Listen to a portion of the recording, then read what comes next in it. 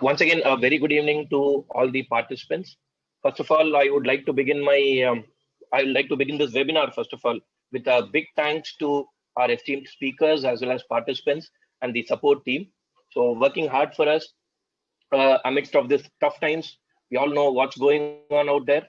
And first of all, I would like to extend a warm welcome to everybody on behalf of Boehringer Ingelheim's Medical Affairs team. Myself, Dr. Niranjan, from the same team, that is Medical Affairs of Boehringer Ingelheim from the Oncology and Respiratory Division. Myself, I'm a medical doctor. After passing out my MBBS, completed my MD in pharmacology and associated with the Medical Affairs team of Boehringer Ingelheim for the past 2 years. So with this brief introduction of myself, without wasting much time, I would like to get into this webinar. I know how time is very precious for every one of us. So I would like to welcome Dr. Arumugam sir and Dr. Suresh sir. On behalf of BI, I extend thanks for accepting this meeting. And we have Dr. Arumugam sir to give us the welcome address. He is the renowned consultant from Tirunelveli. Over to you, sir. Yeah, thank you. Good evening, one and all. So, on behalf of our cancer centers,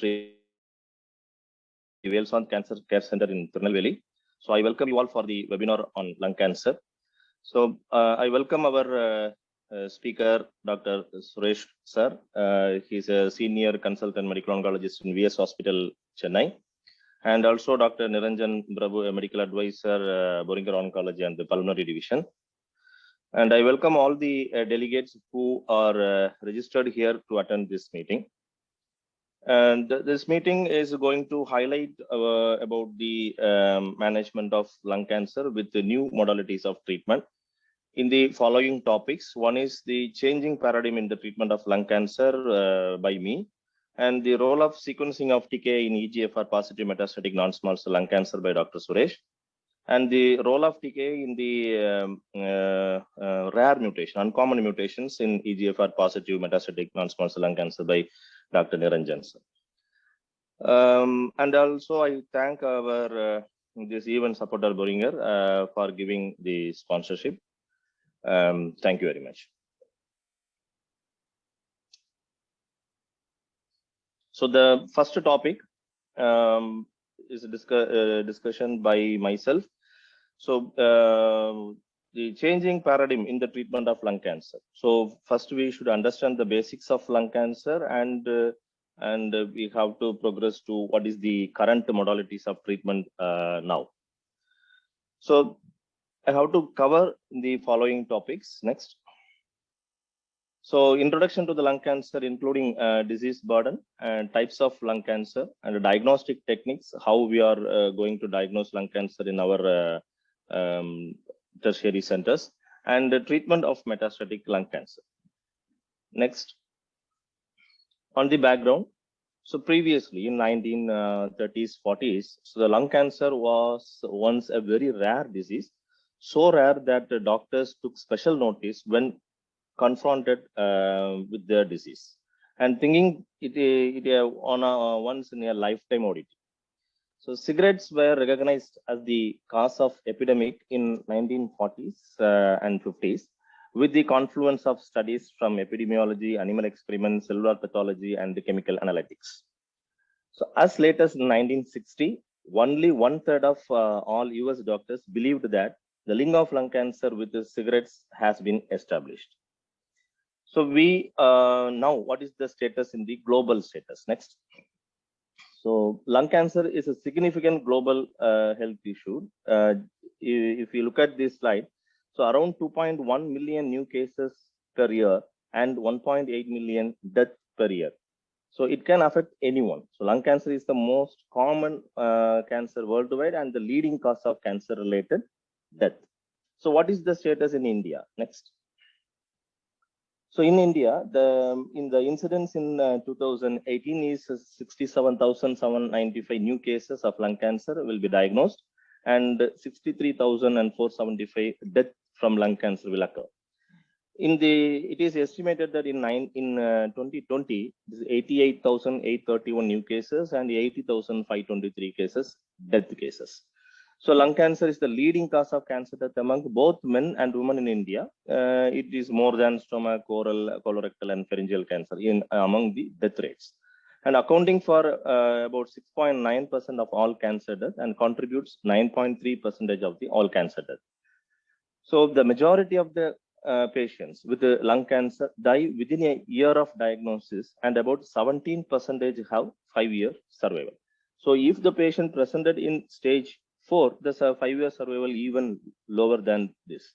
So approximately around 85% of the cancer are non-small cell lung cancer. So next, the causes. So leading risk factors for the lung cancer, everyone knows the tobacco smoking. So it accounts about 85 to 90% of the lung cancer cases are caused by active or passive cigarette smoking. Age is an approximately 2/3 of the patients diagnosed with lung cancer are aged more than or equal to 65 years. And exposure to radon is the leading cause of lung cancer among non-smokers. So exposure to the environmental carcinogens like asbestos, any other chemicals, minerals, or like arsenic, coal product, and mustard gas, or exposure to the uranium. This is environmental carcinogens. Then other radiation therapy to the chest for those who are receiving RT for Hodgkin's lymphoma or in breast cancer, prone for there is a slight increased risk of lung cancer. And personal or family history of lung cancer, for example, individual with the mutation in chromosome 6q have a higher lung cancer risk, and air pollution estimated to be responsible for 5% of lung cancer. What is the most common symptoms of lung cancer? Next. So the symptoms are all the symptoms are non-specific. There is no specific symptom for lung cancer. So there may be a persistent cough, sometimes cough with blood or chest pain, shortness of breath, unexplained weight loss, fatigue. Everything will be there that may be associated with some other causes also. So symptoms often do not appear until the disease in the advanced stage. Next. The risk factors for lung cancer, 9 to 15% occupational exposure to carcinogen, and 85% cigarette smoking. 8 to 10% accounts about radon exposure, and 2% outdoor air pollution. 8% asbestos, and other non-modifiable risk factor is old age. Next. We know what are all the subtypes of lung cancer. The major classification of lung cancer is classified into non-small cell and small cell. Non-small cell lung cancer about 85%, and small cell is about 10 to 15%. Among the non-small cell lung cancer, again it is classified into squamous and non-squamous. Squamous accounts about 25 to 30%, and non-squamous, adeno is the major subtype. Adenocarcinoma accounts 40%, and large cell, then other adenosquamous and the sarcomatoid variants.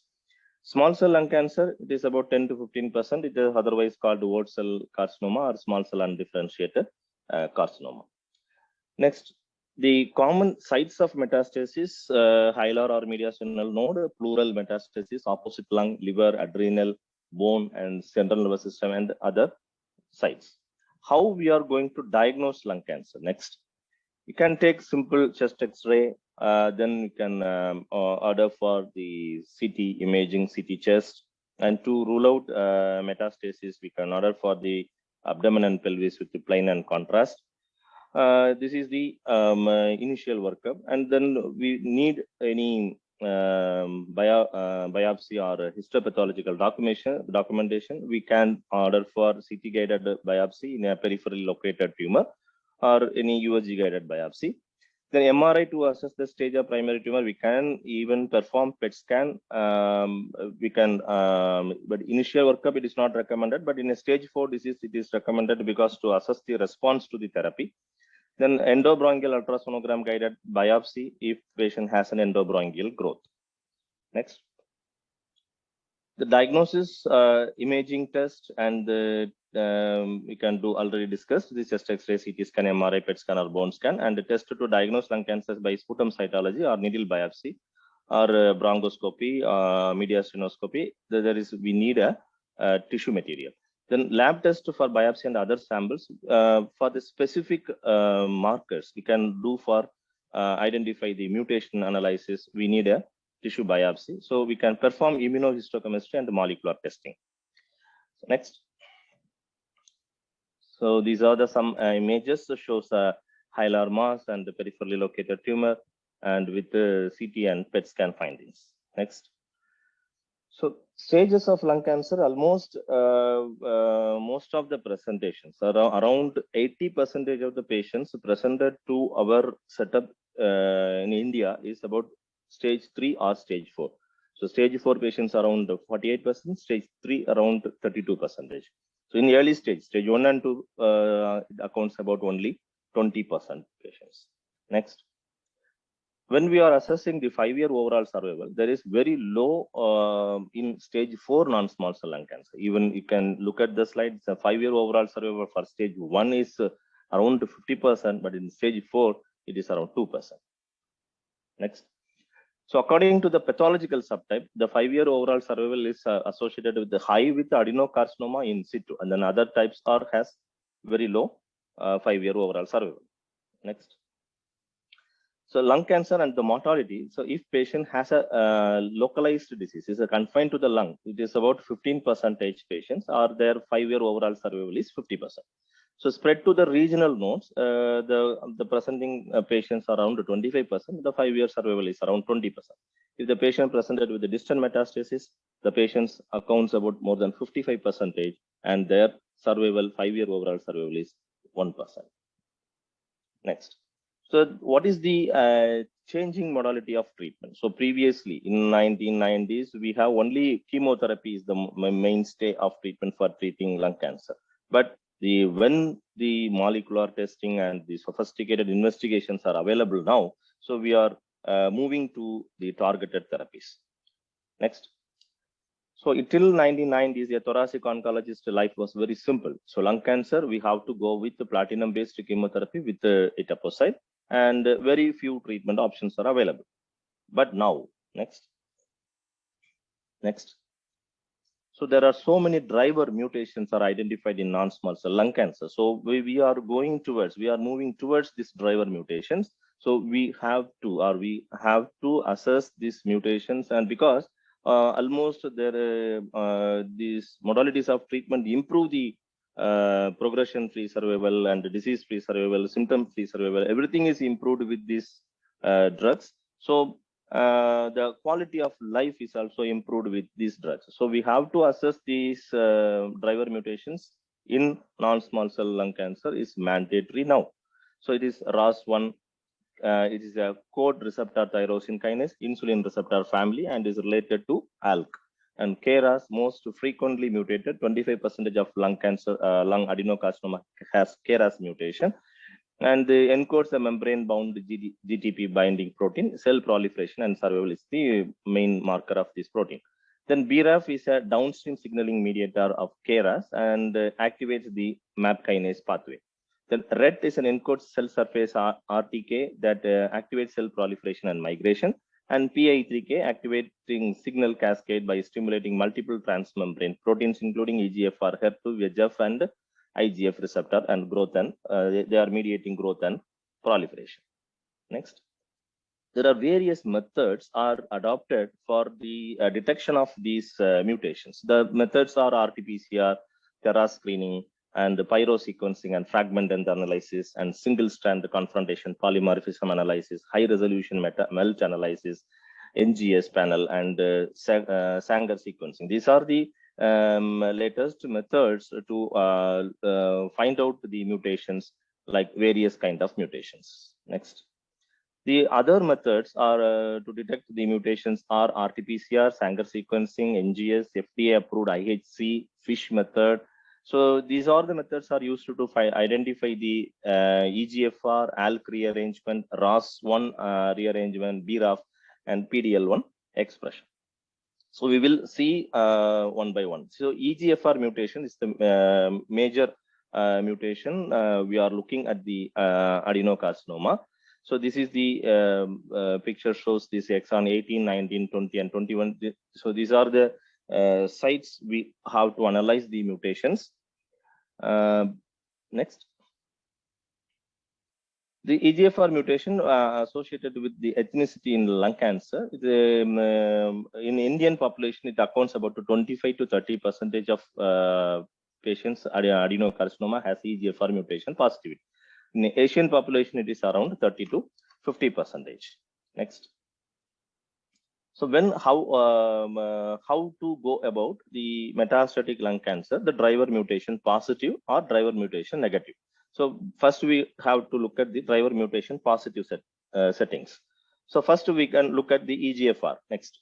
So if the patient has a EGFR mutation positive, so EGFR, it accounts about 11% of total mutation positivity. The ALK accounts about 5%. So this EGFR mutation 11%. So we have to look at EGFR mutation disease occurs around 10 to 15% patients with advanced non-small cell lung cancer. So EGFR mutation occurs more commonly in some clinical subgroups: on Asian and never smoker, patients with adenocarcinoma, females, and patients who do not have ALK rearrangement or KRAS mutation. But there is no separate clinical characteristics which says this patient may have EGFR mutation. That is not, as of now, there is no clinical characteristics. So how to target this EGFR? There are various drugs are available. One is geftinib, erlotinib, afatinib, osimertinib, dacometinib, and necitumumab, and ruxolitinib. So these are the drugs which are used for targeting EGFR pathway. Next. So when we are going to the depth to the EGFR mutation positivity, so we have to look at this L858R and 19 deletion. So the first line treatment, if patient has these mutations, then we have to go for afatinib, dacometinib, geftinib, and erlotinib. If we identify 19 deletion, the preferred agent is afatinib. Then other uncommon mutations, we can go with afatinib or some other drugs. So after this first line of treatment, if a patient has a progression, we have to look at the plasma cDNA testing. So then find out the T790M mutation, if it is positive or negative. If it is positive, you can directly go for osimertinib. If it is negative, you have to do a rebiopsy and to find out again the same mutation is positive or negative. Positive, you can go for osimertinib. If it is negative, you can go for chemotherapy doublet. So second line, we have to go for, if T790M negative, chemotherapy doublet. It is positive, osimertinib. So next, if patient has a progression with this line, second line, then the third line we can go for.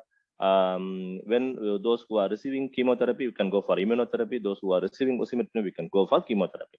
Then next line, fourth line, we can go for immunotherapy.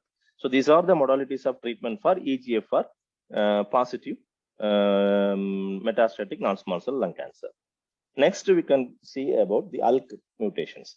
So ALK positive disease in a distinct subtype of non-small cell lung cancer, it is accounts about 5%. So ALK disease occurs 5%. The incidence in ALK positive is higher in patients with a non-squamous histology, never or former smokers, younger patients, females, and patients who do not have EGFR KRAS mutation. This mutation is also, there is no special clinical characteristics. So the targeting agents are crizotinib, alectinib, ceritinib, lorlatinib, and brigatinib. These are the drugs used for the ALK mutation positive diseases. Next, so ROS1 fusion gene. So it's the most common in younger patients and never smoker adenocarcinoma, high grade histology. The frequency is 1.2 to 1.7% overall frequency, and several variants identified with the different activation mechanism, and clinical significance is unknown. So this was tested by FISH method, and the drug available to ROS1 targeting agent is crizotinib. So it is approved in FDA approved in March 2016. So what is there beyond these three? So EGFR, ALK, and ROS. Next. So other mutations, we can look at the BRAF mutation or MET amplification, RET rearrangement, and HER2 mutations. These are the mutations because we have targeting drugs. So we have to look at. So beyond these three mutations, these are uncommon mutations. So we can go for BRAF mutation. We have to start with vemurafenib or dabrafenib with trametinib. Then MET amplification crizotinib, and RET rearrangement cabozantinib. And HER2 mutation trastuzumab emtansine and afatinib. Next is an MET exon 14 mutation in NSCLC. So associated with the advanced stage, and in one series, 68% of female and 36% non-smokers, majority had adenocarcinoma or adenocarcinoma with the pleomorphic or sarcomatoid histology. So these patients will express this MET exon 14 mutation, and the frequency is about 3% overall, and 26% is sarcomatoid pulmonary carcinoma. Sarcomatoid pulmonary carcinoma has high incidence of this MET exon mutation. And testing is a PCR NGS panel, and we can use this MET inhibitors. Next. So BRAF mutation accounts about 2 to 4%, and primarily in adenocarcinoma. This mutation is BRAF V600E mutation. It's about 50% of all BRAF mutation. So testing is by PCR, and therapy is BRAF inhibitor or in combination with the MEK inhibitors. One is dabrafenib alone or dabrafenib with trametinib. These are the drugs are used for BRAF mutation. Then next is the RET fusion. Next. So RET fusion, the most common in adenocarcinoma, adenosquamous carcinoma, never or former smokers, poorly differentiated tumors, and earlier lymph node metastasis. Accounts about 1.4%, and several variants are identified in NSCLC. And testing is by FISH method and the NGS panel. Then multikinase inhibitors with RET activity, that is vandatinib, sorafenib, sunitinib, cabozantinib are used for the RET fusion. So simply next. So when if you are seeing this slide, there are so many mutation analysis are done, and every mutations has a specific drugs. So these are the drugs are used for this current available treatment for the lung cancer. Next. So the treatment options for metastatic lung cancer, but the driver mutation is negative. So previously we discussed with the driver mutation positive. Now it is a driver mutation negative. So what is the plan of treatment? So next. So the current treatment landscape for stage 4 non-squamous cell, non-small cell lung cancer. So if the mutations are negative, we have to look at the PD-L1 expression. So if the PD-L1 has more than or equal to 50%, performance status is 0 to 1, then directly you can start with the pembrolizumab. So if the PD-L1 expression more than 50, directly go for pembrolizumab, or any expression of PD-L1, then we have to assess the performance status. If the performance score is 3 and above, then we have to go for best supportive care. So 0 to 1, then we can go for the immunotherapy. We can choose immunotherapy. So this we have to look at the high tumor metastasis burden, mitosis burden, and the more tumor mutation burden more than or equal to 10 mutations per megabase. So it is classified under high TMB. So if patient has a high TMB value, then you can go for nivolumab and ipilimumab. So if the patients are progression with the pembrolizumab, nivolumab, ipilimumab, then you can go for platinum-based chemotherapeutic agents. Then if the patient has a performance status 0 to 1, but low TMB value, then we can go for immunotherapy with pembrolizumab and along with the chemotherapy. There is pemetrexed and the platinum-based chemotherapy, or pemetrexed with the platinum-based and followed by maintenance pembrolizumab or maintenance atezolizumab, bevacizumab and carboplatin and paclitaxel, followed by atezolizumab, bevacizumab. So these are the pattern of treatment. And then if the score is low, then go for the only chemotherapy. Then if patient has a progression, we can go for maintenance, stable disease or partial response, go for maintenance treatment with pemetrexed, gemcitabine, then chemotherapy arm. So if the patient has a performance status of 2 and less than 70 years and more than or equal to 70 years, but the PS is 0 to 2, we can go with chemotherapy. Chemotherapy drugs there are so many choices are there. So if the patient has a progression, disease progression, if the performance status is good, we can go for immunotherapy in this time. Next. The immune checkpoint inhibitors used for this lung cancer is pembrolizumab, nivolumab, and atezolizumab, this PD-L1 antibody. Next. So the algorithm to use the immunotherapy. So you have to assess the clinical history and patient characteristics and the tumor data reviewed by the multidisciplinary team. And workup should include imaging, pathology to determine histological subtype, molecular testing using a broad-based panel, and immunohistochemistry to determine PD-L1 status. So if it is a squamous or non-squamous, we have to look at the TPS score. If patient is a squamous cell carcinoma, PD-L1 TPS score is more than 50 and less than 50. If it is more than 50, you can try or you can use pembrolizumab alone or pembrolizumab with the chemotherapy, carbo and nab-paclitaxel. And if the PD-L1 TPS score is less than 50,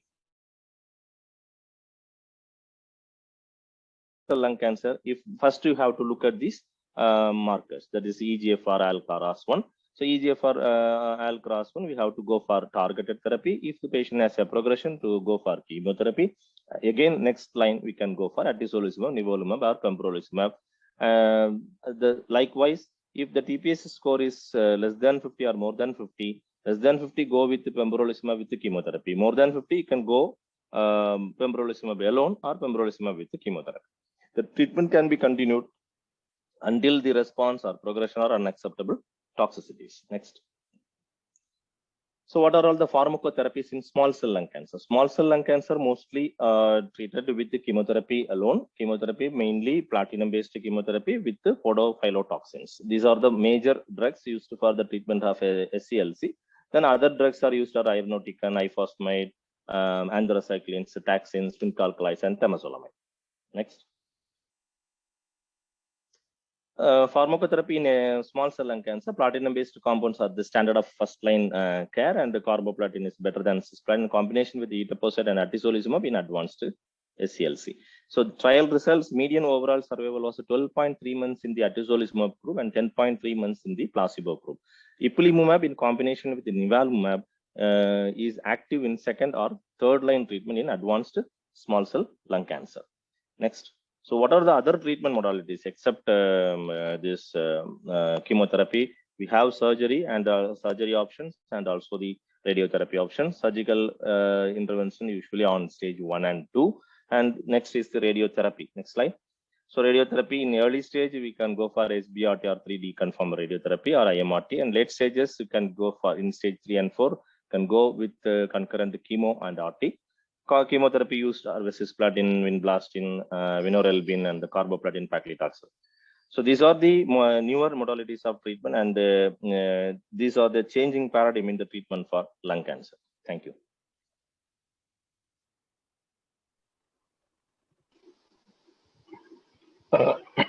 Thank you so much, sir. That was really a wonderful presentation, enumerating all the options in the management of lung cancer.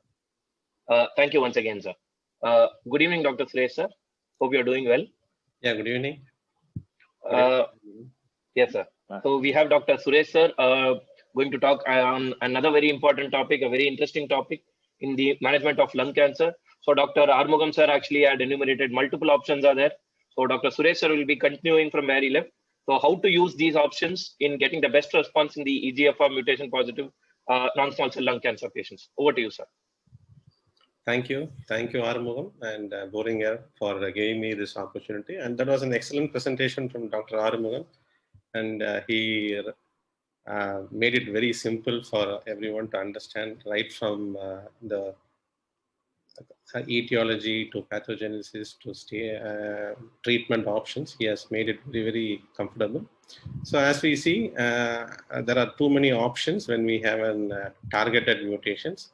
So I'll be speaking today on one of the targeted mutations, that is the EGFR mutations. So today we'll be speaking on what are the options of treatment in EGFR mutations. Right now we have 5 approved medicines which will be useful in EGFR mutation. That is erlotinib, gefitinib, afatinib, dacometinib, and osimertinib.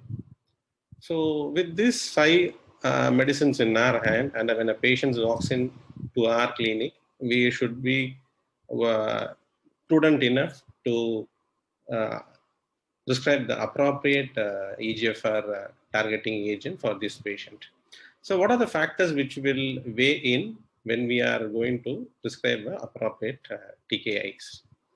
So we need to know what are the acquired resistance when you are going to use one of the TKIs upfront, because the patients will have an acquired resistance upfront, or during the treatment they might get an resistance, and the option of treating that TKI may be very, very limited. So when we have an acquired resistance, we need to think about the subsequent treatments, whether we'll be able to give an TKIs which are almost very much less in complications compared to the chemotherapeutic agents. So if these subsequent treatments are with the TKI, then the patient's comfortability and the risk with complications due to the treatment will be very less. So we need to choose an TKI so that they don't have an acquired resistance and subsequent treatments are very free.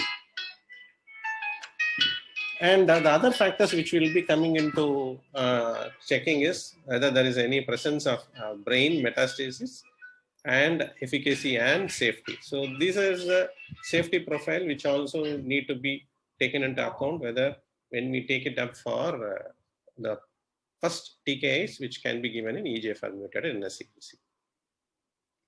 The options with us are erlotinib and geftinib, that are the first generation TKI. They have a reversible binding capacity to the wild type and the mutant EGFR. And most of the time it is inactive on the T790M mutant type, which is the most common mutation type which we see in our clinical practice, and also the acquired resistance to the first generation. And most of the patients will be failing on first line TKI due to T790M mutation. The second generation TKIs are afatinib and dacomitinib. Sorry. It is an irreversible covalent binding of the HER2 receptors compared to the reversible binding of the first generation TKIs.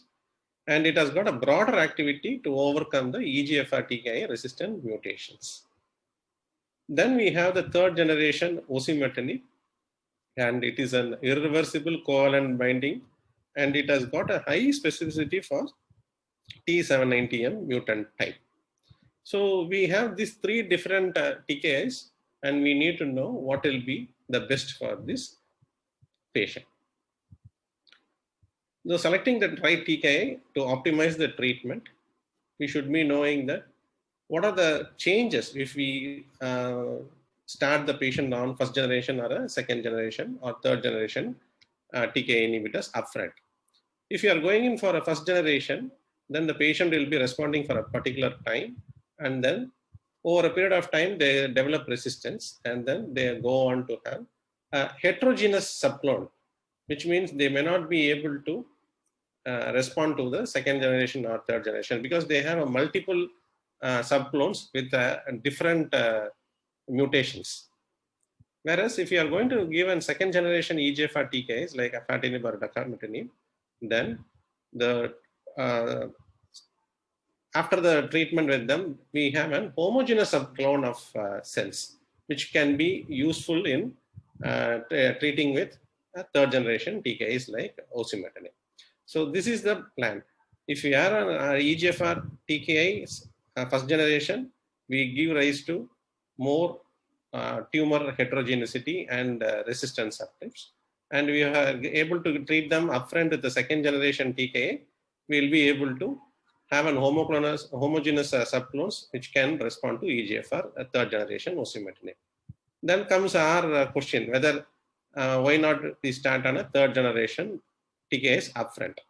But the FLAURA study has said that if you are going to start EGFR TKIs third generation with osimertinib, again the tumor clones become very heterogeneous and decreases the availability of targeted therapies in the later lines. This is the molecular mechanism of acquired resistance to first and second generation EGFR TKIs, and the most common mutation is T790M mutation, occurring in around 60% of the patients who have been treated with first or second generation. And it is more likely to develop in a patient 1.5 times in a patient who has deletion 19 compared to L858R mutation. and the patients who have a deletion 19 will be having a likelihood to have an T790M mutation up to 75%. So these are the two things which we need to keep in mind before prescribing the appropriate TKIs. The other TKI, acquired immune resistance can be because of HER2 modification or cells changing into MET amplification or RET gene types. So these are the problems, and we can also have a dual blocks with MET and T790M, as we see in around 3% of the patients.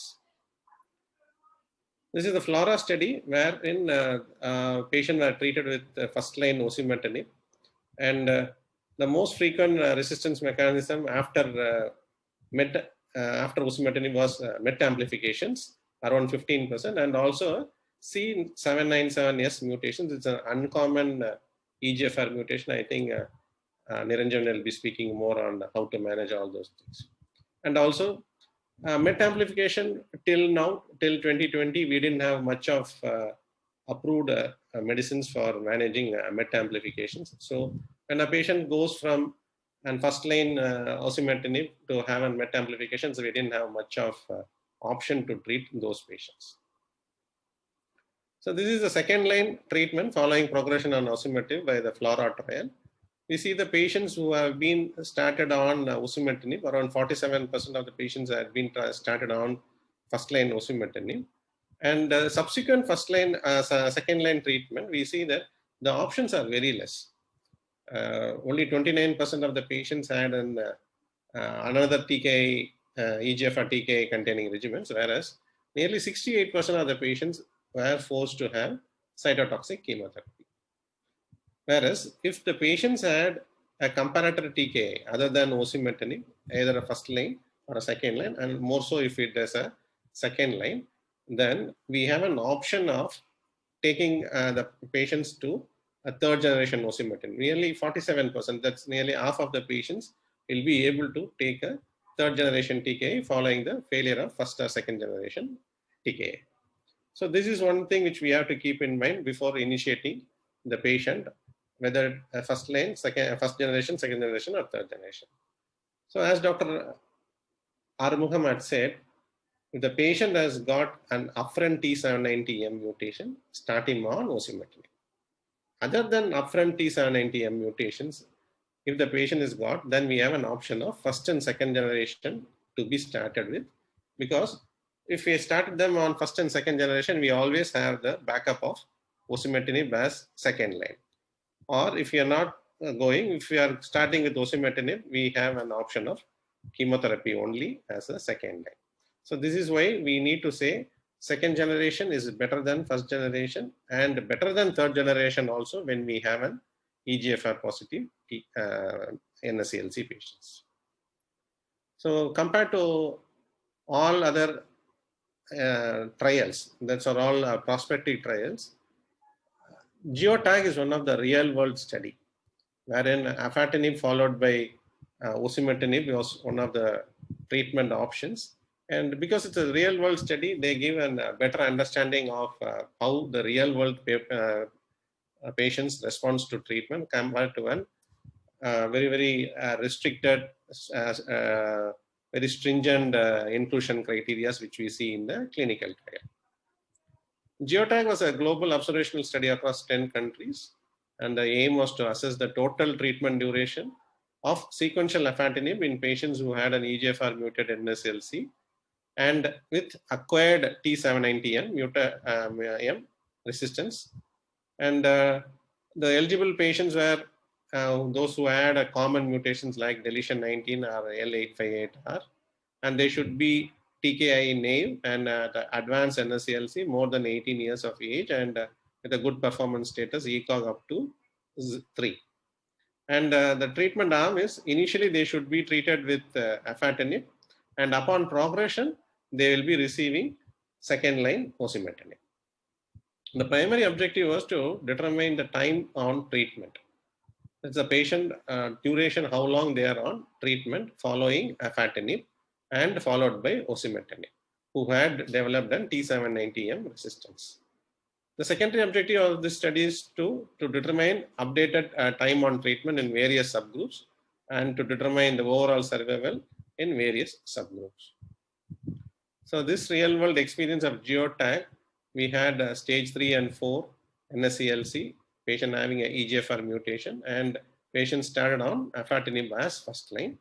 On progression, if the patient has got a T790M positivity, will be shifted to osimertinib, and the patient should have at least 10 months prior to osimertinib, 10 months prior to data collection.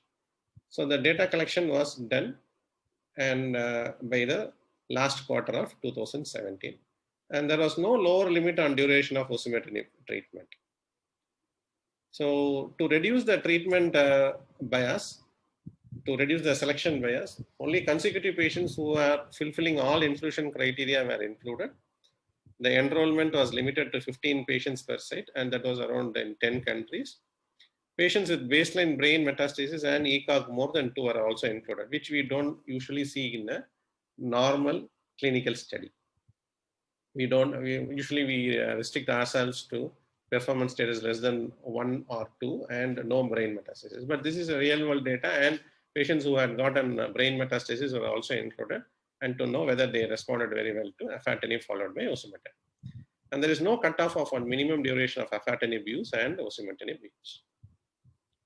So this patient had no age limit. Again, clinical studies will have less than 65 years. And here we had patients who are more than 65 years of age. And in fact, 1/3 of the patients were more than 65 years of age. And there are no restrictions on initial dosage of patients. 1/6 of the patients are initiated with afatinib less than 40 milligram per day, and included patients who are more than ECOG PS more than 2. That's around 1/7 of the patient had more than VS3. And no control over complaints rate. Even if they had adverse event and finance issues, they are taken into thing. And drug to drug intervention, lost to follow up, everything, every patients are taken into the account. So time on treatment with afatinib, we see this is the 2017, the patient were up to December, they were taken up for study, and patients who had initial around 2013 are also included into this study. And this startup of osimertinib was around 6 to 12 months post afatinib.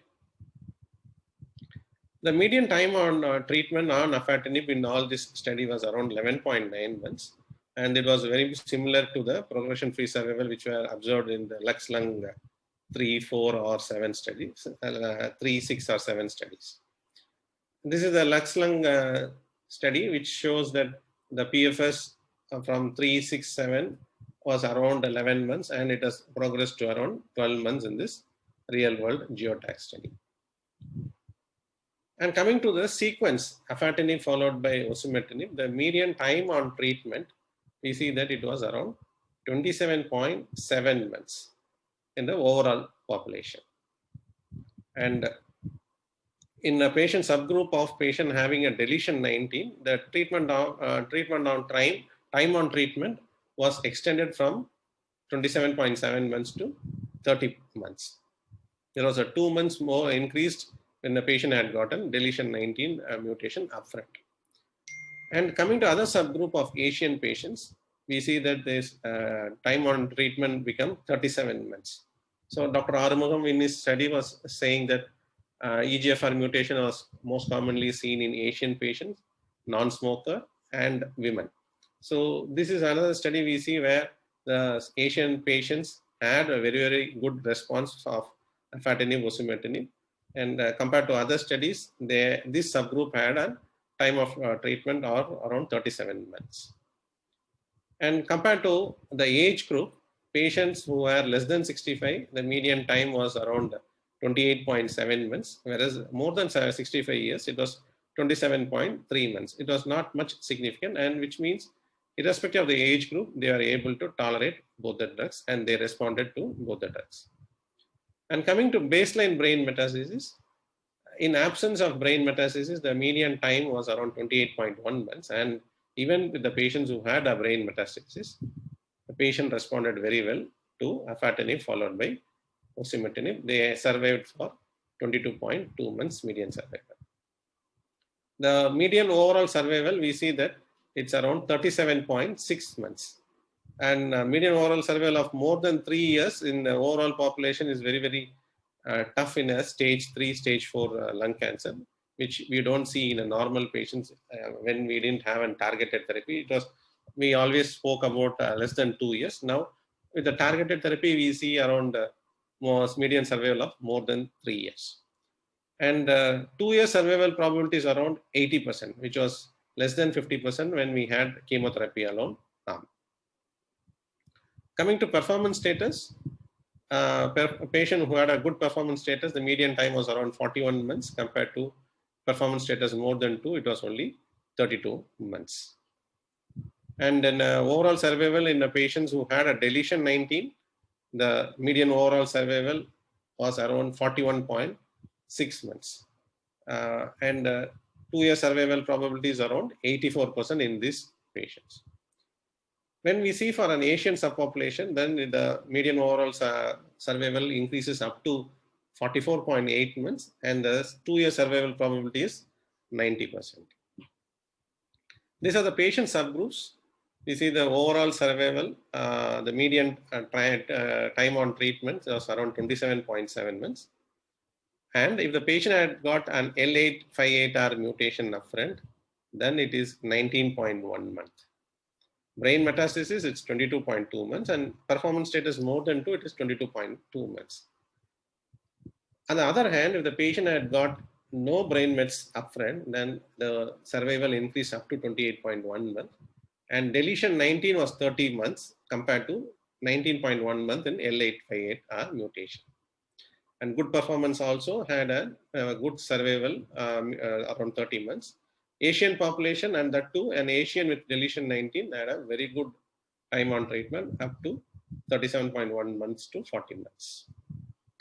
And coming to the median overall survival, again it was around 37.6 months. And as we see in the time on treatment, the overall survival also reflects, and a patient who has brain mets, poor performance, and L858R mutations, their median overall survival was around 31 to 33 months. But if no brain mets, good performance status, Asian, deletion 19 irrespective of the race, and Asian with deletion 19 all had a better survival, and in fact it increased from 38 months in a patient without brain mets to 45 months in Asian with deletion 19. So this is what we need to know. So which is a better TKI prior to osimertinib, afatinib or first generation TKIs. So this GeoTax study confirmed that if we are going to give afatinib in a patient who has gotten deletion 19 upfront in the Asian population, irrespective of brain mets or non-brain mets, they are going to do very well when we add afatinib upfront. This has to be compared with the FLORA trial, where osimertinib was given upfront, and it was compared with first generation TKI. The overall survival was around 36 months, whereas here we have around 45 months. So this is one thing which we need to know. It is always better to start with afatinib and then switch over to osimertinib. And this is the second study where we see that a retrospective multicentric single country study comparing the responses of osimertinib in 2 groups. Group 1 had first line TKI upfront, and group 2 had a patient treated with first line afatinib and followed by osimertinib as second line. We see that the patients who had afatinib as first line, they had a very good response rate of 82.9% compared to 53.9% who had a first generation TKIs. And the disease control rate was around 91.4% compared to 72.4%. And only 8.6% of the patients progressed, whereas around 18.4% of the patients progressed following first generation TKI. And PFS following the first or second generation TKI with osimertinib, we see that in the patient who had osimertinib for following first generation, the median PFS was only 9.7 months, whereas osimertinib following afatinib had 17 months of median PFS. And the p-value is very, very significant. And we see that afatinib upfront as a patient coming as a first line treatment do better. So compared to first and second generation TKA, this is a real world evidence by Law et al. And this is also again a population based single center retrospective review of patients who are initially treated with first or second generation TKA. We see that patients who had an afatinib as first line, the median overall survival was around 39%, whereas 39 months, whereas in patient who had geftinib erlotinib, it was only 25 months. And patient who had an exon 19 deletion, patient responded very well. Nearly 50% of the patient had a very good response to afatinib, whereas it was only 26.4% of the patients, median overall survival. And coming to uncommon EGFR mutation subgroup, again, afatinib had a better survival than first generation TKIs. And L858R subgroup, again, we see that they still do better than first generation TKIs. These are the other studies. This is the Girard et al. Study from France, which says that the median time on treatment was around 34 months and median overall survival was around 37 months in patients who were treated with afatinib followed by osimertinib. And FLORA trial again was from from France. And this is the Japanese study. This is an observational study from Japan. And this is a patient who had osimertinib following afatinib. They had a 49.6 months of overall survival. So this is a thing, and we need to know why we need to sequence and give a chemo-free period. Patients who are having osimertinib upfront, the time to progression is around 18.9 months. Then we give chemotherapy.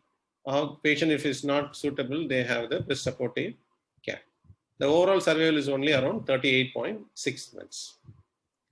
Whereas if the patient has got afatinib as upfront, even though the progression starts by around 12 to 14 months, we can have an option of giving osimertinib. And this patients will be on treatment up to 27.7 months. Whereas if it is osimertinib, it is only 18.9 months. And thereafter, we can give chemotherapy with best supportive care. And this is the patients who have even a poor performance status and brain metastasis.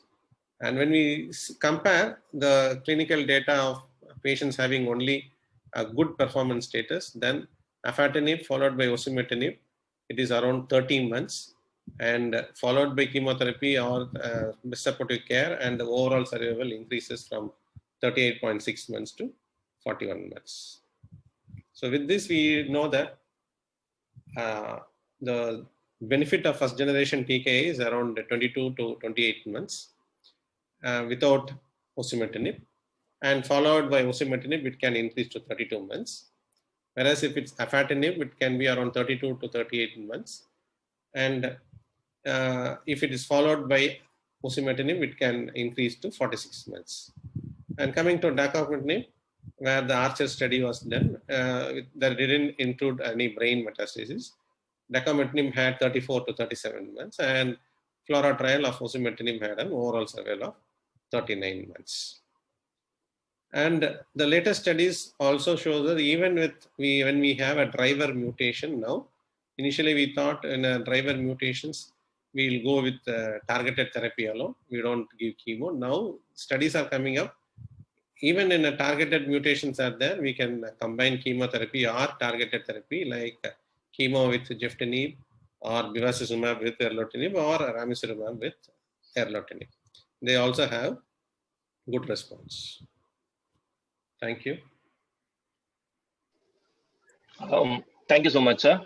That was indeed a wonderful presentation on touching on various aspects of sequencing, and when first line afatinib will be useful and when first line osimertinib will be useful. is like a very, very important factor to consider, where post osimertinib, due to lack of options again, although in the first line it shows a very good response, post osimertinib, it really becomes a problem when non-targetable mutations appear.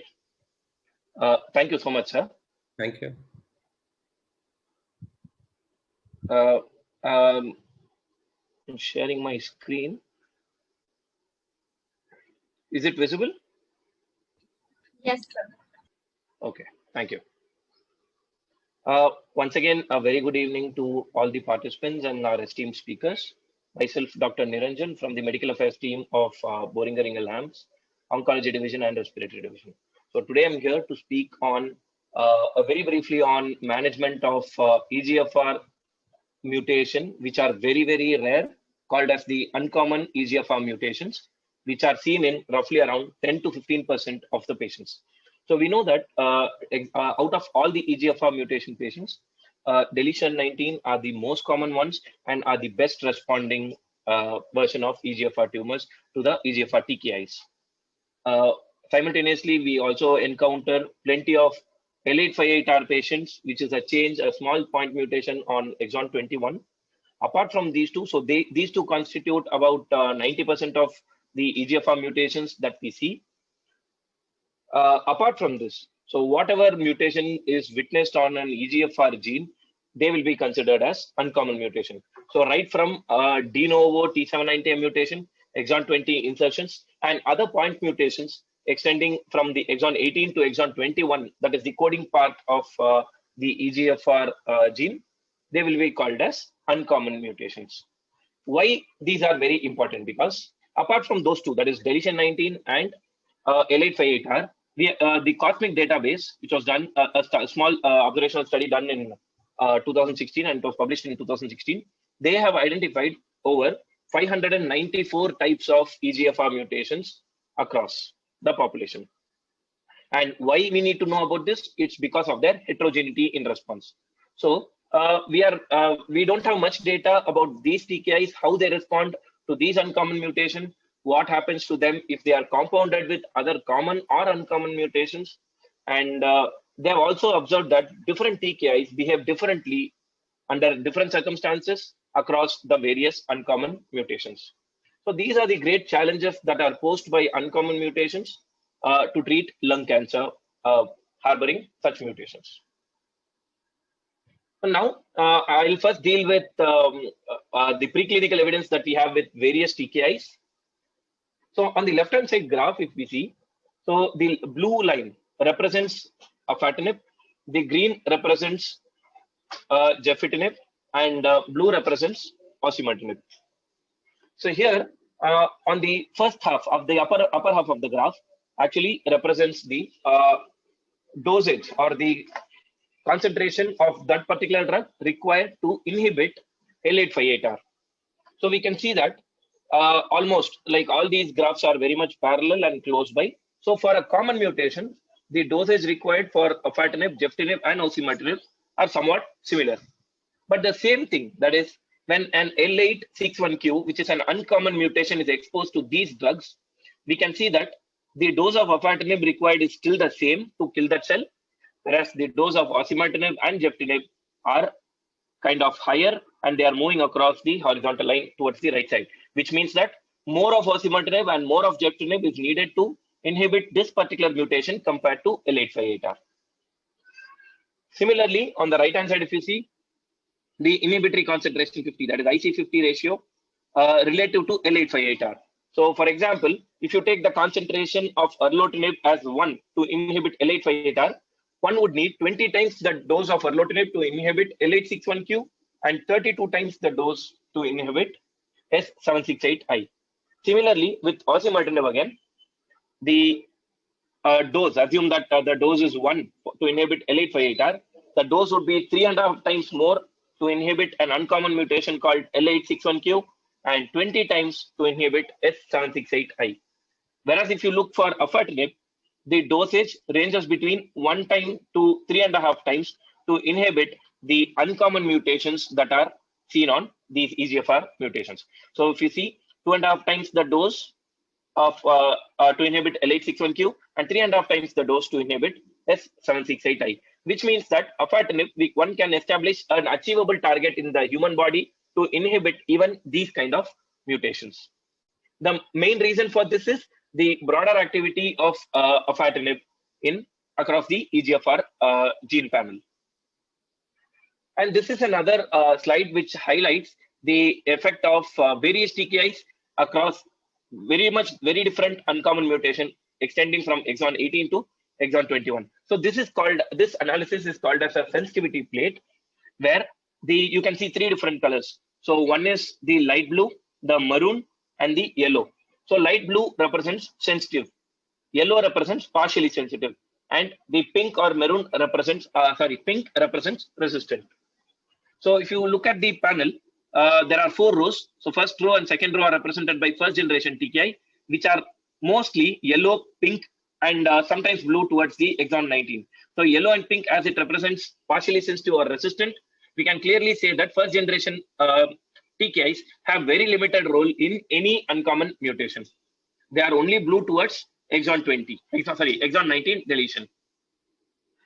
Similarly, if you take osimertinib, this was again yellow and pink. You can see it is partially sensitive or resistant in exon 18 point mutations and partially in exon 21 point mutation as well. Whereas if you look at afatinib, the third row, it is almost blue throughout except for exon 20 insertions. So this clearly shows that any point mutation you name, afatinib has its role if it is on exon 18 or deletion 19 or exon 20 and 21. Similarly, if on the bottom, if you see, these are all compound mutations, various compound mutations. So here again, afatinib's the row is completely blue, which means that any compound mutations, that is when one uncommon mutation is compounded with either a common one or an uncommon one. So such mutations are called compound EGFR mutations. And you can see afatinib's role has been very well established here. So this is completely blue throughout, except for whenever the tumor is associated with a T790M mutation, where osimertinib has a clear-cut role. Coming to the clinical evidence that we are currently having. So first, to start with afatinib, from various clinical trials, LUX-Lung 2, 3, and 6, we somewhat had around 75 patients who were receiving afatinib from these three clinical trials, and they were subclassified based on their type of mutations into group 1, group 2, and group 3. Group 1 is any point mutation from exon 18 to 21. Group 2 is de novo T790M mutation. Group 3 is exon 20 insertion. As I told, different EGFR uncommon mutation behave differently. So the principal investigators observed that the point mutations, all the point mutations behave in one particular way. T790M, all the T790M and its combinations behave in a particular way, and exon 20 insertions behave in a very different way. So a treatment chosen for group 1 might not work in group 2 or group 3, or vice versa. That is, a treatment chosen for group 2 might not work on group 1 or group 3. So with afatinib, what we observed were the objective response rate in group 1, that is point mutation group, it was 71%, which was very high compared to the de novo T790 mutation and exon 20 insertion. This clearly shows that afatinib works very well for point mutation of EGFR between exon 18 to 21. So this is again established on the waterfall plot here. So those 67 out of 75 patients, we had this particular data for around 67 patients. So here you see the light blue represents the point mutations, the gray represents de novo T790M mutation, and exon 20 insertions, and green represents the T790M mutation. You can see that most of the blue, that is the blue patient, the patients with point mutations, have actually had a very great change or very great reduction in the tumor size in this particular study. So that is from the LUX-Lung series of studies. So you can see that the point mutation patients have responded very well. There was a modest response in the group 3, that is exon 20 insertion. As you can see that we have observed some kind of tumor size reduction, although it was according to RECIST criteria, they were not partial or complete response. Whereas if you see the T790M patients did not respond that well. So this clearly again shows that most of the patients with a point mutation are going to very well respond to afatinib. And coming to the very important category of patients, out of those uncommon mutations, G719X, L861Q, and S768I. As you can see, these three mutations are considered to be the most common uncommon mutations. So out of the uncommon mutation, I said that around 10% of the patients usually have this uncommon mutation. So out of those two, around 50 to 60% of the patients belong to these categories. That is either G719X or L861Q or S768I. So these are considered to be the most common uncommon mutation. And if we consider the response of afatinib in this group, the objective response rate was 78% in G719X and 56% in L861Q and 100% in S768I. So we can say that with afatinib, the overall, the objective response rate ranged between 56% to 100% in the most common uncommon mutations of EGFR. Now coming to the third generation TKI that we have, that is osimertinib. So basically, we don't have much data with osimertinib. So it was a phase 2 study because FLORA did not include uncommon mutation patients. So they separately did a phase 2 study with only 36 patients, and it was an open label study, single arm, where they observed an overall response rate, objective response rate of around 50% and a disease control rate of around 89% with a median PFS of 8.2 months. And if you go by mutation subtype, the most common uncommon mutation which I had mentioned, so S768I only 37%, and where afatinib's ORR was around 100%, and G719X it was 52%, and with afatinib it was around 75%, and with L861Q osimertinib did slightly better. It was around 77% for osimertinib, and with afatinib it was around 50%. Moving on to the very, very important publication with afatinib. So again, previously what we saw was for osimertinib. Now afatinib is being compared against head-to-head with a first generation TKI. So this was again a retrospective observational study done in China with around 56 patients, ranging in around between June 2011 to July 2016. So it was a single center observation where patients who were initiated on afatinib almost attained a median PFS of around 11 months, whereas compared to first generation TKI who attained only 3.6 months of median PFS. So this population actually belonged to the when they consider the entire uncommon mutation as a cohort, whereas on the right hand side, if you look at the Kaplan-Meier curve, it's basically the most common uncommon mutation, the major uncommon mutations, which I had mentioned in my previous talk. That is, second generation TKI here, afatinib, responded with a very good PFS of around 18 months compared to only 2.5 months of median PFS with first generation TKI. So this clearly shows that be it any uncommon mutation, whether it is point mutation, which are common or uncommon, or major or not a major uncommon mutation, afatinib has its upper hand compared to first or third generation TKIs. So why we consider afatinib to be a better option? Because so afatinib's response was observed over around 693 patients in this particular publication. So this particular database, which was published in early part of January to 2020. So this is the largest publication ever for a TKI in uncommon EGFR mutation. So around 693 patients were considered. So patients were recruited from various clinical trials, the compassionate use programs, and case reports and case series published across the world. So out of the 693 patients, half were TKI naive and half were EGFR pre-treated. So here, out of this 272 patients whom we had the appropriate data, so here the patients were again classified by our routine, that is major uncommon mutations, compound mutations, exon 20 insertions, or T790M mutation. So if you go by subgroups, major uncommon mutation with major uncommon mutation, the time to treatment failure was around 11 months with afatinib. And if you go by mutation subtype, G719X gave a response of 14 months, L861Q 10 months, and S768I 15 months. So we can clearly say that the response with afatinib, if it is a major uncommon mutation, will definitely range between 10 months to 15.6 months.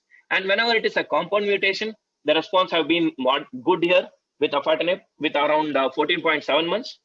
And whenever the compound mutation is compounded with a major uncommon mutation, that is one of these, the response was the maximum with afatinib with around 16.6 months of just the progression-free survival, or the time on treatment or time to treatment failure.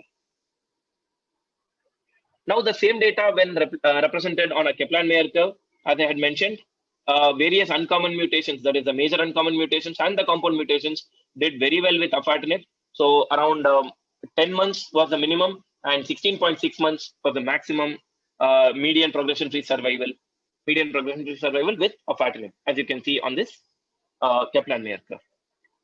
Just to sum up all the results from that particular publication, as I had mentioned, major uncommon mutations did very well on afatinib with around 11 months of time to treatment failure with an objective response rate of around 60%, and major uncommon mutations doing very well, ranging between 10 months to 15.6 months. And as usual, compound mutations with or without a major uncommon mutation did very well with a median time to treatment failure of around 14.7 months or 16.6 months if the compound mutation is with a major uncommon mutation. Apart from that, we observed a modest response or a very minor response in exon 20 insertions and T790M mutations with afatinib. So it might not be a very good option in these two arms, but definitely afatinib is the best option in major uncommon mutations or any point mutations that we come across in EGFR mutations. So now we saw, whatever we saw was about the PFS, the objective response rate, etc. What about the overall survival in this patient? So this was one such study which evaluated the overall survival in uncommon mutation patients, comparing first generation versus second generation TKIs. So here again in the study, with afatinib, we observed a progression-free survival of around 15 months compared to 7 months with first generation TKI. And when this was translated into OS, it was only 15 months for first generation TKI and 34.6 months with uncommon mutation when we treat with afatinib. And this value was statistically significant. So if you look at the overall survival of a patient with a normal EGFR mutation, that is deletion 19 or L858R, one would expect a survival of around 3 years, 36 months. So here we can see that even with afatinib, for an uncommon mutation, which is highly unpredictable in their progression, one can expect around 3 years of survival with afatinib for an uncommon mutation. And this is a non-promotional website that Boehringer Ingelheim has constituted.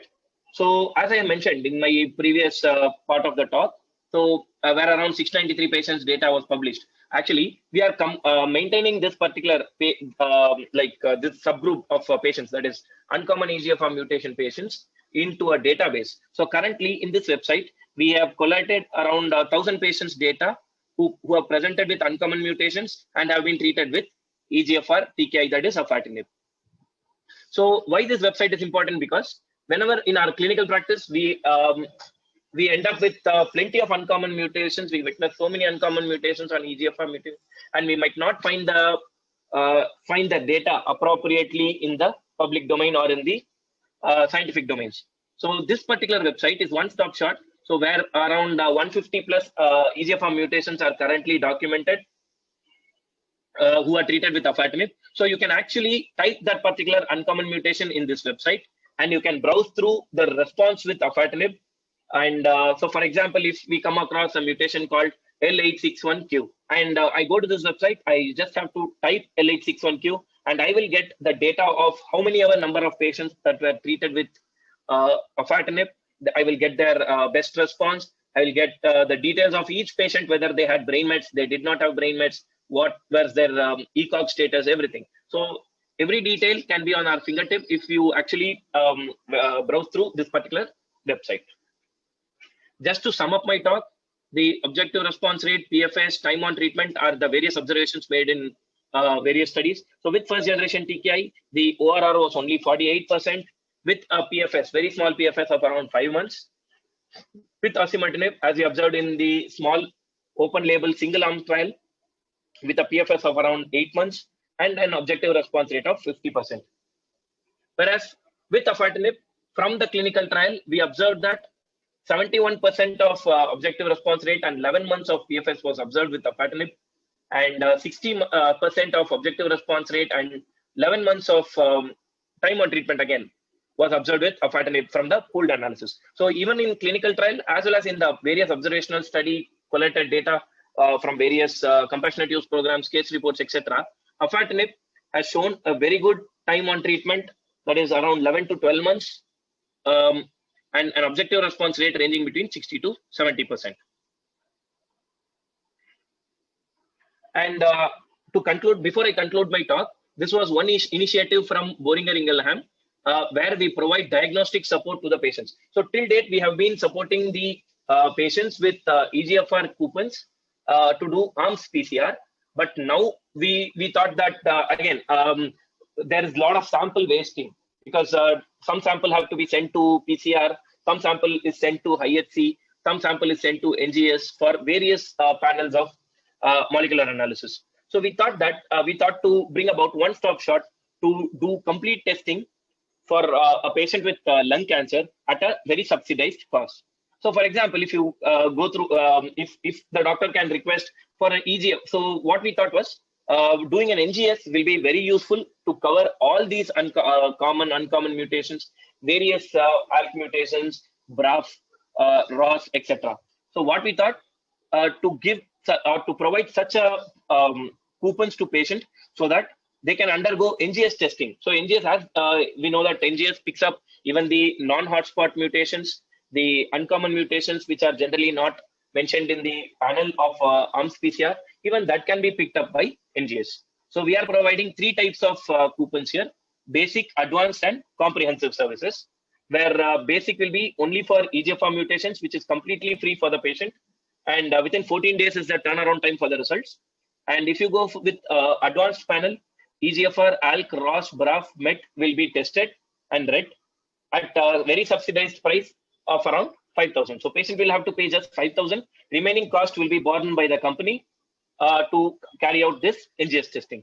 And we have also come up with a comprehensive panel which encompasses almost everything except for the PD-L1 for lung cancer, EGFR, ALK, ROS, BRAF, MET, RET, and NTRK and CRAS with microsatellite instability as well. This is again coming at a very subsidized cost to the patient of around 8,000. So the turnaround time is again going to be the same. So we request the physicians and medical oncologists to utilize this coupons and provide maximum benefit to the patient. With this, I would like to conclude my talk, and thank you so much for the opportunity. Over to the organizers.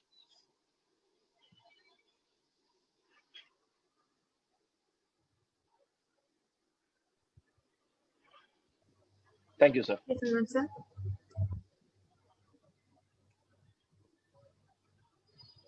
So we have two questions in the chat box, sir. If you could take them up.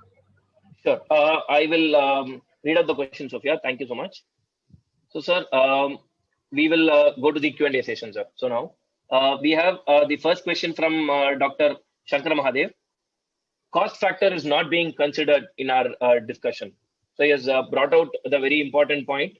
Again, apart from the data, cost is a very important factor that is to be considered for the patient. Sir, so can you highlight on those two, sir, those points? So Dr. Suresh and Dr. Arumugam, sir, can take up this question.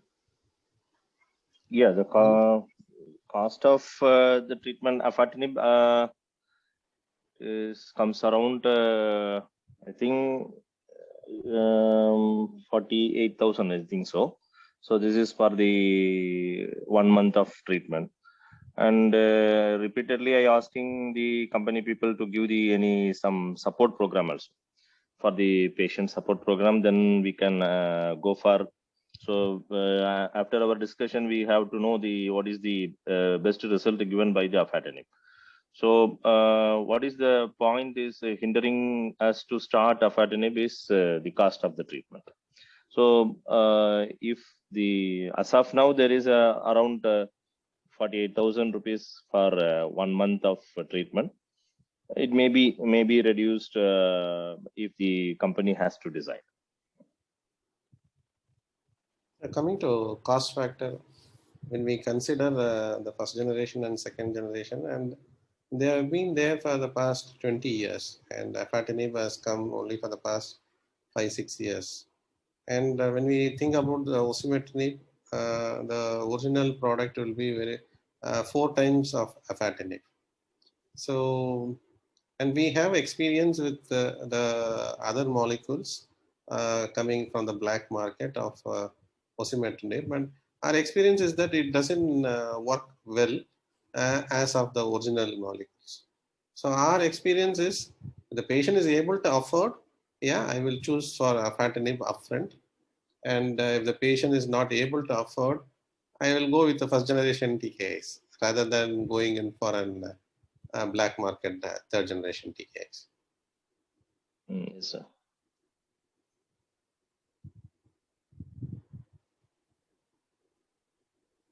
Okay. Yeah. Thank you so much, sir.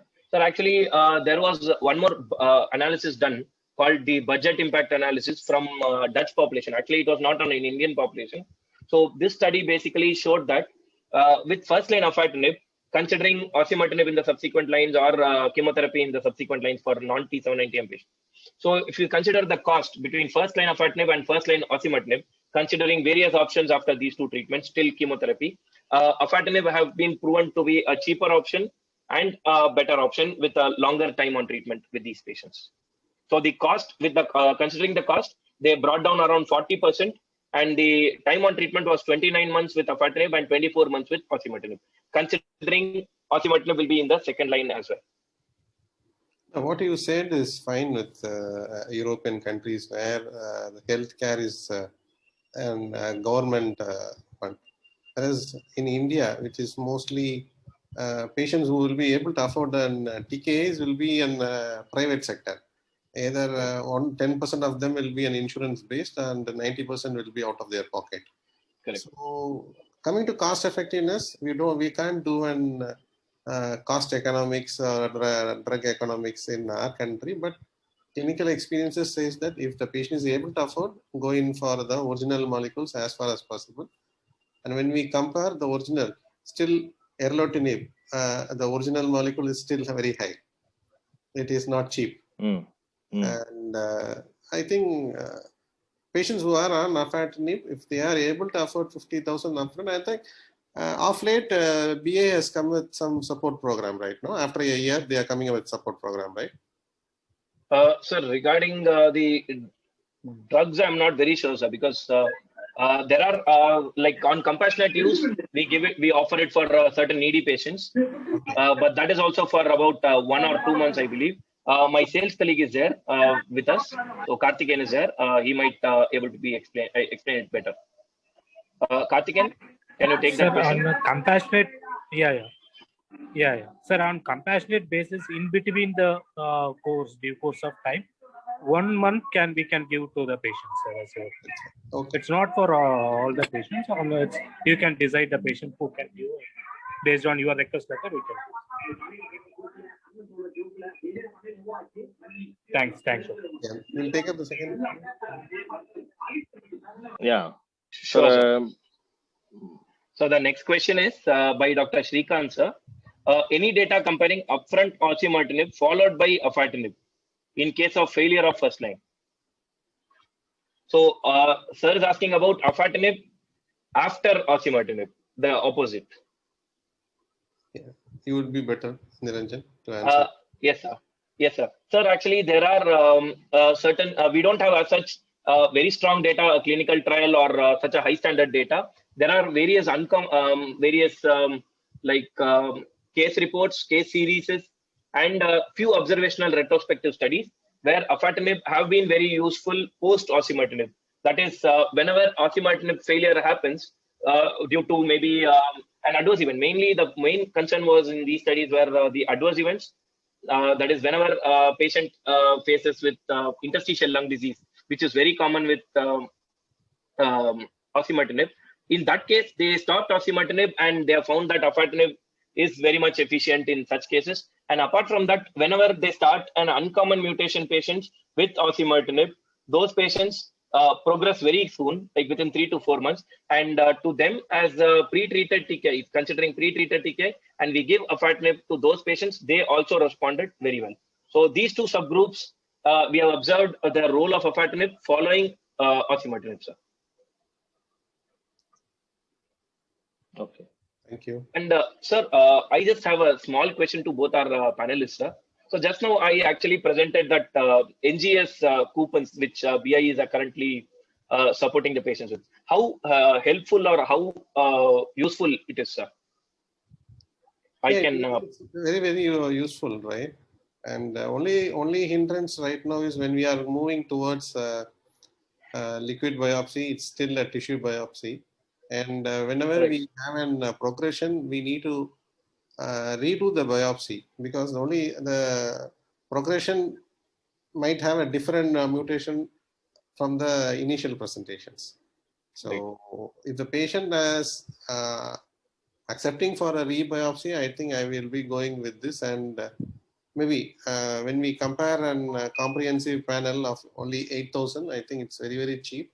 And without this support program, if you are going to give it to an test center, they might be charging more, which will be as equal to your compassionate testing and biopsy together, put together. So that I think we'll be happy to take your test. Got it, sir. Sir, how frequently these patients undergo NGS in the first line itself, sir? Like in regular practice, I know it is like very difficult to actually push a patient to NGS because the turnaround time is also very late and it's going to be very expensive for a test. So is it preferred or is it not very much preferred, sir? Mostly in our practice, so we are doing only ISC panel only. So EGFR and RAS1, and this is the common practice here. So directly NGS panel we are not offering, and moreover we have to look at the patient's economic situation and everything. So if, that is the reason. And now your rate is 8,000. They may be affordable, but mostly already Karthikeyan given this coupon. So mostly our patients' set of mind is free. So EGFR only free, they will do EGFR. So others they will not do. So after EGFR coming as a negative, then I have to explain for other panel. Then only they will pay the 5,000 and do the balance. The panels. So yeah, here we are doing like this only. Got it. Got your point, sir. I totally understand the concern. I mean, considering the mindset of Indian patients, definitely, yes, sir, I totally understand. So, Dr. Suresh, over to you, sir. You were saying so. Until a year back, yeah, we will be doing the basic 4 panels, EGFR, ALK, ROS, and PDL1. But the past 1.5 years has shown that we have targets for MET, RET, KRAS, NTRK, and HER2 all. So we have now patients and we have been doing upfront all the comprehensive panel for at least every other patients. So 50% of the patients, I think those who walk into my clinic will be able to afford some 8,000 to 20,000 upfront. And 1.5 years back, it was not so. 1.5 years back, all EGFR, ALK, ROS1 was done by the companies by supportive program, and everyone did it free. But when we have an options now, and we know that PDL1 positivity and any other targeted driver mutations will be there, and if there is going to be a driver mutation in presence of an PDL1 positivity, starting an immunotherapy is going to be detrimental compared to an driver mutation. Now we have started giving a comprehensive panel for all lung cancers, and 1 in 2 patients, every other patient takes it up now. Right. That's very interesting, sir. Nice to know. Thank you so much, sir. Sir, and regarding the sequencing that actually you have presented, so the main concern which most of the clinicians bring up is the incidence of T790M following afatinib, sir. So in your practice, how do you see, how frequently do you see this, sir? It's a very heterogeneous response, I believe, sir. because most of these studies do not give a clear-cut number on this. I think your observation would be similar. Yeah. So to be frank, the number of patients who are on afatinib will be very far and near for me. And remembering them who failed and went on to have a second line TKIs, it's very, very difficult for me, because at the most I would have treated only 20 to 30 patients on afatinib. And I don't remember who are the T790M mutation. And most of the patients will not even accept for a second biopsy or a rebiopsy in our scenario. So, Dr. Arumugam sir, any thought on that? The risk of yes, sir. Here we are treating most of the lung cancer patients without even a biopsy. Okay. So because they are doing only FNAC or the pleural fluid cytology. So mostly around 30 to 40% patients presented with this investigation only. So there are so much of difficulties in our side. Like Tirunelveli is a little bit remote area only. So if they did a bronchoscopy guided biopsy, if there is no yield in that setup, so the patient is not ready to do the repeat biopsy, even in the upfront setting. So that is the problem here. Adenocarcinoma by pleural fluid cytology or FNAC, then we are giving chemotherapy followed by EGFR mutation, seems to be EGFR mutation positive, then we are starting the therapeutic challenge. So starting with the first line EGFR only, TKI only, because of the affordability. We start with Gefitinib and assess the response. If they are doing well, then we are continuing. So likewise practicing here. Other biopsies is available, then we will ask for the patients, and we are doing the 4 tests only. So now only I have to look for this NGS panel. NGS panel. Sure, sure. Got it, sir. Totally. There are, apart from science, there are a lot of other concerns in the practice. Totally, so many things are there. Yes, absolutely. Absolutely. I believe it was a wonderful discussion with you, sir, and with both our esteemed speakers. And we had nice questions from the audience as well. Once again, on behalf of BI, I would like to thank both our speakers for their presence here amidst of very difficult times. All our family members and everybody, we get a lot of phone calls. We are very scared, in fact, to pick up certain phone calls. I believe life is very difficult for every one of us. In spite of that, thanks a lot for your time, sir. Both the talks were very useful for all the audience and the audience as well. Thanks for taking out your time and being present throughout the meeting. Thank you so much, sir.